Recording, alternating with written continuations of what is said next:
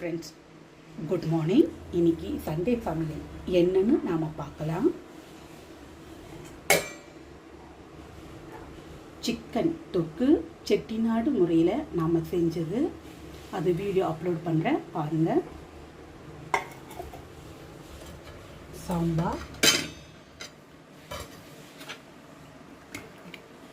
கத்திரிக்காய் அவரைக்காய் போட்டு சாம்பார் ஃப்ரெண்ட்ஸ்.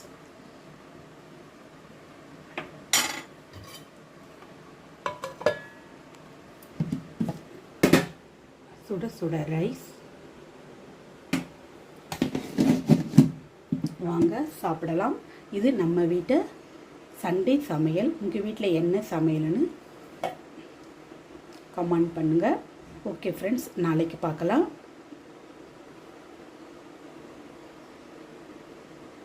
Bye friends.